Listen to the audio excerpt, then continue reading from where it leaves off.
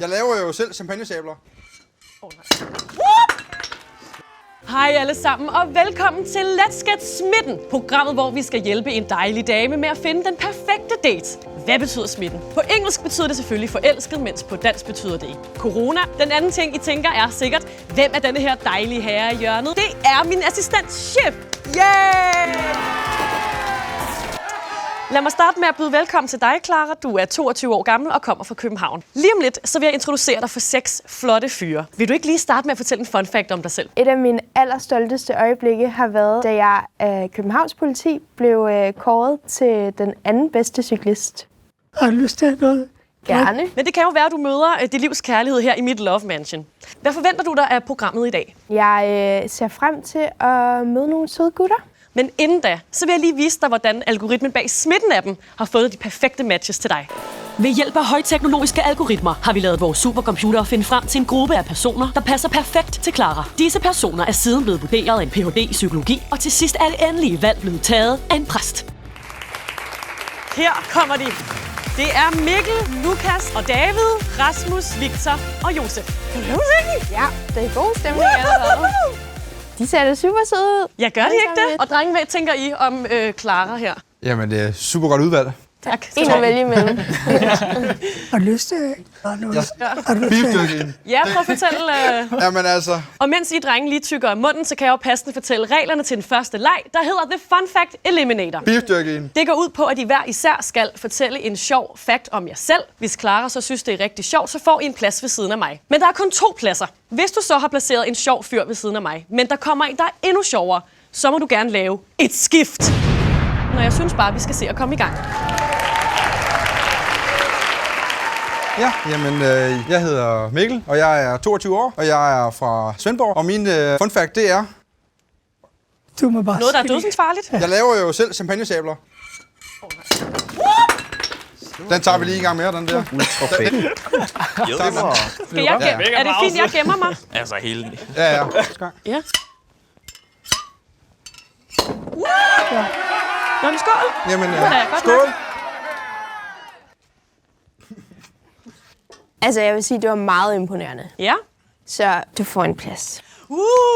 Første plads er altså taget ud af 2. Min fun fact er, at jeg har fundet ud af, at jeg kan lave ormen under pres. Du skal lave ormen.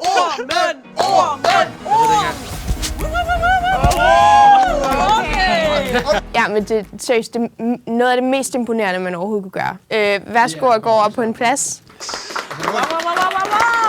Ja, mit fun fact er, at jeg er en kæmpe Star Wars-fan. Og at jeg var en rigtig god Jedi, da jeg var mindre. Så hvis du bare lige kaster den op, så kan jeg lige vise. Okay. Wow. Wow,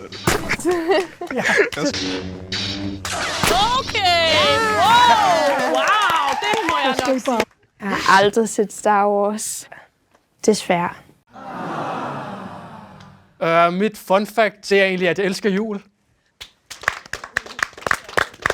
Biljul nej, eller december? Okay, det kan jeg også se nu. Ja. Sådan en her jul. Jamen, det er jo egentlig næsten så meget, at jeg har tænkt på at skulle få en tatovering med noget jul, faktisk. Ja, hvad skulle der være på den tatovering? Jamen, jeg tænkte egentlig en snemand. Ja, det er sgu hyggeligt nok at være fan af jul, vil jeg sige. Måske lidt mere hyggeligt end våben. Er det nu, du laver et skift? Ja. Men det var... Jeg har været med til at høre 3 gange. Ikke 3 gange. Hvad er du sanger? Jeg har været med i 3 gange. Som se og hør mand. Ja, det er præcis. Altså, du skriver livret kreatin. Ja, fordi så får man et rigtig godt pump. Sorry. Nej. Sorry. Prøv at fortælle en fun fact om dig selv. Et fun fact er, at jeg rent faktisk synger. Det er faktisk Little Things fra One Direction. Nej, fik du noget at vide om mig på forhånd? Hvad tænker du? Jeg var meget hardcore fan i folkeskolen. Jamen, min yndlings er Zayn fra Du One ligner ham Direction. også lidt. Nå, okay, tak for Ja, det. altså, jeg synes sgu stadig, I er meget søde. Jeg slog op med min kæreste, fordi Zayn slog op med sin kæreste. Nej. Your hand fits in mine like it's made just for me. But bear this in mind, it was meant to be.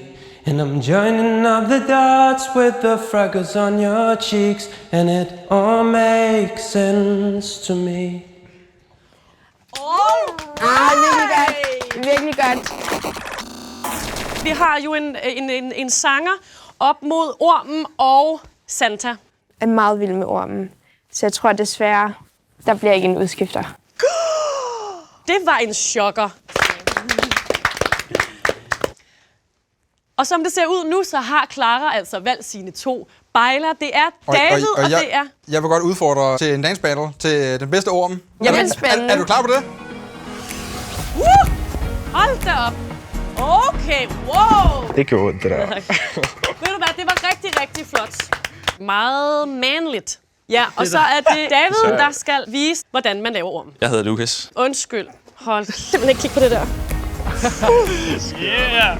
Sindssygt. Rigtig, rigtig flot. Tak. Der bliver lige nødt til at kommando. byde ind og sige, det kan jeg så også godt gøre bedre, det der. Kan du gøre det bedre? Ja. Jeg får så... Jeg har gået til karate før i tiden, så... Okay. Flot. Det synes jeg var et rigtig flot træk. Uden tramp. Altså, det eneste, jeg kan sige, det er, at vi kan lave apps-show, så tror jeg helt klart, at jeg vinder den her. Hvilket show? Apps-show. Men desværre er det ikke et app-show, og jeg synes, Clara, du skal tage din beslutning. I bliver ved jeres pladser. Og det er altså de 2 helt rigtige, der går videre til den næste runde, der hedder legedetektor. Jeg skulle have heddet det hemmelige våben frem lidt før. Tommelfingeren, det ligner en tog. Den er også skulle bragt den hjem. Vi skal lære hinanden lidt bedre at kende i den her leg, som der hedder The Lie Detector. Er der nogen, der skal have en drink? Det kan man ikke sige nej til, vil jeg sige. Nej. Og jeg vil gerne bede om noget vand. Hvad kan du tænke dig, det er noget? Vand. Vand. En Pepsi Max? Vand. Okay. Ja, Præcis. det blev en vand. Jeg lister reglerne op for jer nu. Clara fortæller jer hver især 3 facts om sig selv, men den ene er løgn. Det vil sige, du får 3 facts, du får 3 facts, og det er så op til jer at finde ud af, hvilken en, der er forkert. Det står og falder ikke med, om I gætter rigtigt. Det står og falder med, hvordan I ligesom taler hen i det svar, I vil give. Because you're the lie detectors. That's right. Det første er, at jeg har spillet tuba i 4 år, indtil 2014. Det næste er, at jeg er tidsoptimist og kommer for sent til stort set alting. Ja. Og så den sidste er, at jeg har sovet min forældres seng, indtil jeg var 11. Hvad vil du så sige til det? Ja. Du skal finde en forkert. Du virkede ret oprigtigt, da du sagde det der med, at du kommer for sent hele tiden. Hvor stor er en tuba? Rigtig stort. Det er sådan et ret stort blæserinstrument. Altså sådan 1 meter. Hvis man ved det, så har man gjort det. Hvor mange knapper har den? Altså, mener du de der? De der. De hedder ikke noget. Altså, vi kaldte dem bare aftrykkere. Aftrykker. Det lyder ikke som noget, en musiklærer vil sige. Altså, nogle gange var det dippedutter. Ej, det... Jeg tror, det er tuba. Jeg tror også, den er for stor. Jeg tror, den er for tung til, at man kunne spille på så stort et instrument, da man var så lille. Jeg har ikke spillet tuba. Ja, tak. Hvor nervepirligt så hvad der skete. Der er spillet på. Skal vi gå videre til den næste løgndetektor-aspirant, Rasmus?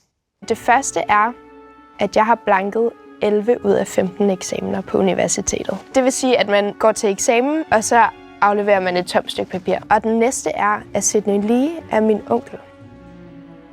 Lol. Sjov. Juleaften. Ja.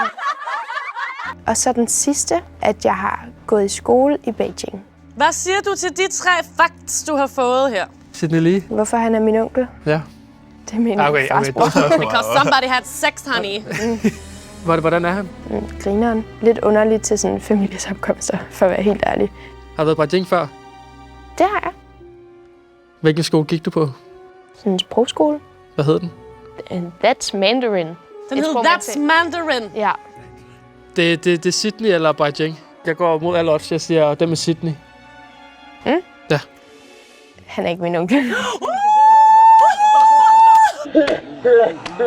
Det vil jo sige, at... Rasmus, ikke også? De begge 2 har gættet rigtigt. Skal jeg allerede vælge en fra nu? Det skal du. Jeg går den vej. Det vil sige, at Rasmus går med videre til sidste runde. Jeg håber, du er god til at dyste. Ja. Det var altså meget tæt på. Det var meget sådan... Så det er jer 2 tilbage, hva'?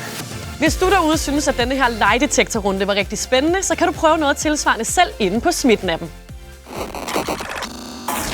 Og hey! I 2, I har vundet en date! Er det ikke for fedt? Nu slukker vi forhørslampen.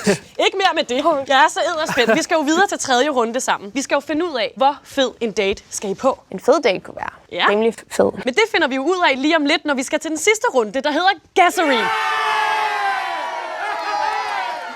Jamen unge mennesker, vi er jo samlet her i dag for at tøjre båndene mellem Clara og Rasmus. Nej, I står ved den her trappe og tænker, hvad går det egentlig ud på? Men det skal jeg fortælle jer, det er date-trappen. Jo højere op I kommer på trappen, jo federe en date skal I på. Det, der skal ske, er nemlig, at jeg stiller jer nogle spørgsmål. Jeg starter med Clara, så går jeg til Rasmus, og så fremdeles. For hvert rigtigt spørgsmål træder I et trin op, og I må ikke hjælpe hinanden. Vil I vide, hvad det er for nogle dates? Første trin er en romantisk picnic på Rødovre genbrugsstation. Men det er inklusiv en guided tur. Hvis I rammer trin nummer 2, så skal I på Segway-tur i København efterfulgt af deluxe middag i en pølsevogn. Trin nummer 3 er petang og champagne på Boulevard. Trin nummer 4 er skitur til Copenhagen efterfulgt af en romantisk middag. Det 5. og øverste trin, det er en tur i spa efterfulgt af en romantisk middag. Herover til mig. Og så helt mod Joyce. Lidt for meget. Ja. Er I klar? Ja. Clara, har Rasmus nogensinde været på stripklub? Nej. Er du sikker på det? Jeg siger nej. Forkert. Det var bare i Prag. Bare? Det var bare. Must do. Det var en drengetur. Ja. Og det var det. Så det er bare stripklub. Ja. Rasmus, der har været på stripklub. Har Clara nogensinde droppet nogen over sms? Nej, så tror jeg ikke. Forkert. Clara, tror Rasmus, at jorden er flad? Det håber jeg ikke. Det er rigtigt. Okay. Jeg er nødt til at falde. Værsgo. Hvor er det nu, I to bor i forhold til hinanden? Er du i Kolding? Og du bor i nordvest i København? Ja. Øps. Tror Clara, at langdistanceforhold kan fungere? Nej, det tror jeg faktisk ikke. Det dårlige er, at det er forkert. Og det gode er, at hun tror på det. Hun har nemlig besvaret spørgsmålet med et ja. Clara, tror Rasmus på kærlighed ved første blik? Nej. Jo. Det er fuldstændig rigtigt. Det var det 5. og sidste spørgsmål. Tillykke, et stort tillykke. I har fået en Segway-tur i København, efterfulgt af en luksusmiddag i pølsevogn. Det er i mit love mansion, at kærligheden den bliver skabt. Tak. Tulipaner til de vortende forældre, er det ikke smukt? Vilje? Jeg er helt cool. Jeg er cool. Tak, Chef. Ja, men det er da bare så dejligt for jer. Jeg har I en foretrukken pølsevognsmenu? Lidt problematisk, når man er veganer. Så fik vi sendt Clara afsted på den perfekte date sammen med Rasmus. Og hvis du vil se, hvordan det går, så skal du klikke lige her. Hej, chef. Hvis du selv vil møde nye mennesker og spille en masse sjove spil, så skal du simpelthen bare gå ind og downloade Smitten-appen, der hvor du downloader dine apps.